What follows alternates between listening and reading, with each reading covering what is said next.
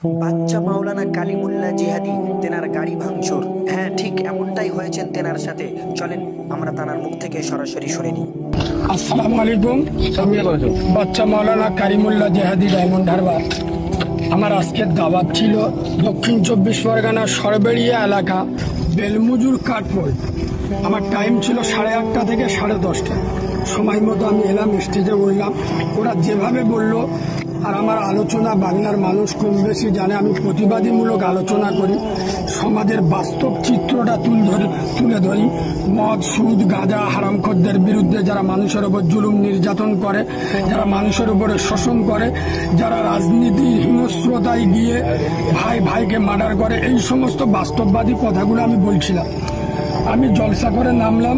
এক তো ওরা আমার সঙ্গে যে জবান দিয়ে নিয়ে এসেছিল, টাকা পয়সা তো আমাকে কম দিচ্ছে, এমন একটা পরিস্থিতি ওরা আমাকে, আমি যদি না নিই টাকা ওরা আমাকে দেবে না।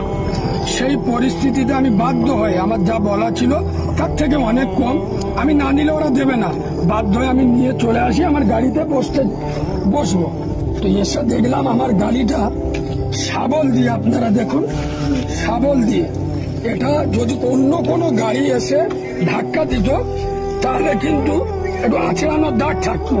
কোনো গাড়ি বা কোনো টোটো বা মোটরবান লাগলে এখানে আঘাত হতো।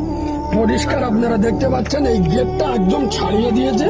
আমার বাড়ি যাওয়ার পরিস্থিতি নেই, গেটটা দড়ির সাথে বেঁধে নিয়ে যেতে হচ্ছে। আমি বাংলার যুব সমাজ ফুরফুরা শরীফ আহলে সুন্নাত ওয়াল জামাতের অসংখ্য ভক্ত মুরিদ, বিশেষ করে আমার সব থেকে বড় অপরাধ, আমি একজন বাংলার সিফা সালাত। আমি জানাকে বলেছিলাম বাংলার দ্বিতীয় সালাউদ্দিন আইয়ুবী, পীরজাদা আব্বাস সিদ্দিকী ভাইজান। তানার নীতি আদর্শ আমাকে ভালো লাগে, পছন্দ করি মানুষটাকে। বিভিন্ন বাতিলের বিরুদ্ধে হুঙ্কার দেন এবং ওনার অরাজনৈতিক সংগঠন আহলে সুন্নাত ওয়াল জামাতে আমরা জড়িত। এটাই মূলত আমার অপরাধ। আমি যুবকদেরকে মেসেজ দিই, যুবক ছেলেরা মদ, সুদ, জেনা, ব্যভিচারী ছেড়ে, রাজনীতির হিংস্রতা ছেড়ে, ভোট আসবে ভোট যাবে, কিন্তু আমরা উম্মতে মোহাম্মদী, যে দল করো না কেন, ভোটের জন্য যে মানুষ খুন করছে, একজন খুন করে জেলে যাচ্ছে, একজন খুন হয়ে কবরে যাচ্ছে, বেলা শেষে আমার আমেনার লালের উম্মতের ক্ষতি হচ্ছে। এই ভাষাগুলো, এই বাস্তব কথাগুলো